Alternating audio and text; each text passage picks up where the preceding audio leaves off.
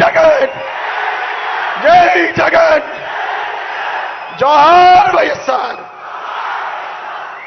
ధన్యవాదాలండి. తర్వాత వైఎస్ఆర్ పింఛన్ అందుకుంటున్న లబ్ధిదారుల స్పందన.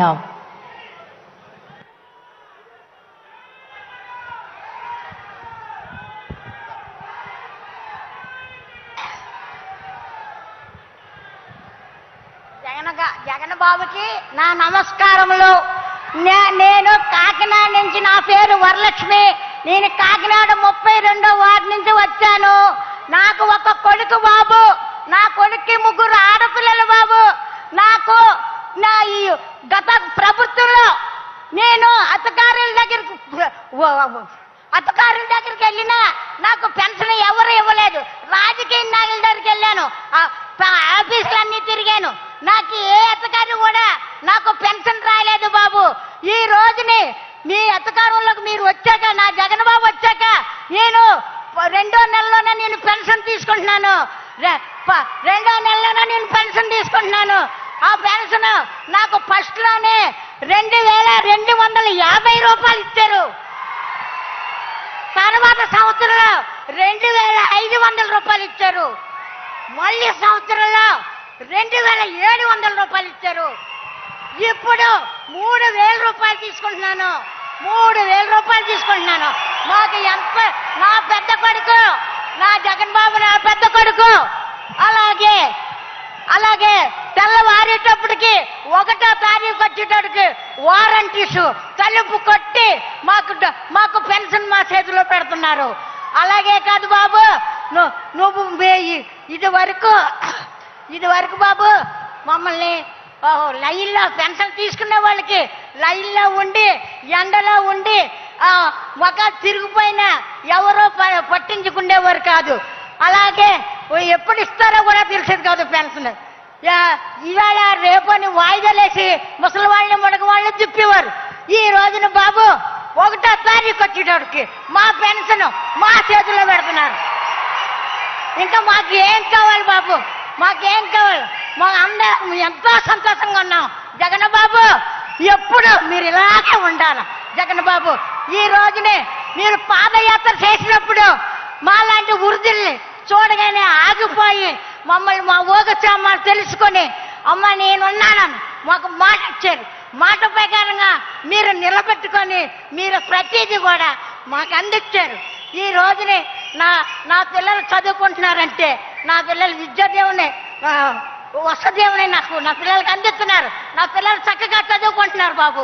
అలాగే ముసలోళ్ళు ఉంటే ఇల్లు ఇవ్వనివ్వరు, ముసలోళ్ళు ఉంటే ఇల్లు ఇవ్వనివ్వరు. అయితే నా జగన్ బాబు వచ్చాక మాకు ఇల్లు స్థలం ఇచ్చారు. ఈ రోజున మేము ఇల్లు కట్టుకుంటున్నాం. ఈ రోజుని మేము ఇంట్లోకి వెళ్ళబోతున్నాం. ఈ రోజు మాకు సొంత ఇల్లు ఉంది. ఈ రోజు మాకు సొంత ఇల్లు ఉంది. మా జగన్ బాబు ఇచ్చారు. మాకేం భయం లేదు.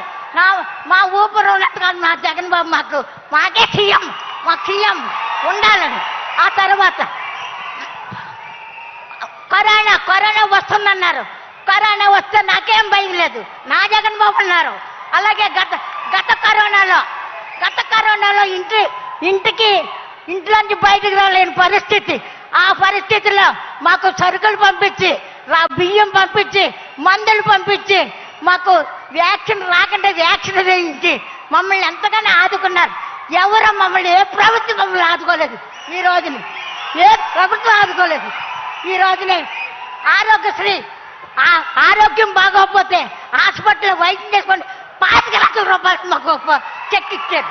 ఇంకేం కావాలా బాబు జగన్ బాబు? మాకు ఏం కావాలా మాకు? అలాగే మీరు అలాగే బాబు అలాగే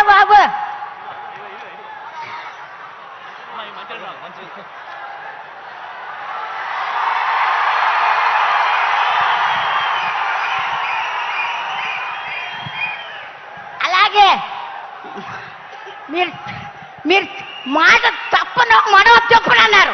ఆ ప్రకారంగా మాకు అన్న ప్రకారంగా మాకు ఇచ్చి తీరుతున్నారు ప్రతి వస్తువుని. మాకేం భయం లేదు. ఈ రోజునే మా ఇంట్లో మా బిడ్డల దగ్గర కూడా ఎదురించేస్తున్నాం. మా పెద్ద కొడుకు మాకు పెన్షన్ 3 ఇస్తున్నారు. 3000 మీతో మాకు పని లేదని చెప్తున్నాను. అలాగే నాలాంటి ముసలి వాళ్ళు ఎంతో మంది ఉన్నారు. లెక్కలు చెప్పడం నాకు రాదు, కానీ ఎంతో మంది ఉన్నారు. వాళ్ళందరినీ మమ్మల్ని ఆదుకుంటున్నాడు నా పెద్ద కొడుకు జగన్ బాబు, నా పెద్ద కొడుకు ఆదుకుంటున్నారు. ఈ రోజున మాకే లోటు లేదు. నీ ఎవరికైనా జరగవలసిన పని లేదు. నా బాబాయ్ ఎప్పటికీ సీఎంగా ఉండాలి. నాకు ఓపిక తెచ్చుకొని ఊపిరి నిలుపుకొని నేను జగన్ బాబుకే నా ఓటేసి నేను గెలిపించుకుంటాను. అలాగే మన రాష్ట్ర వాళ్ళందరూ కూడా జగన్ బాబుని గెలిపించమని. జై జగన్ జై. ధన్యవాదాలండి.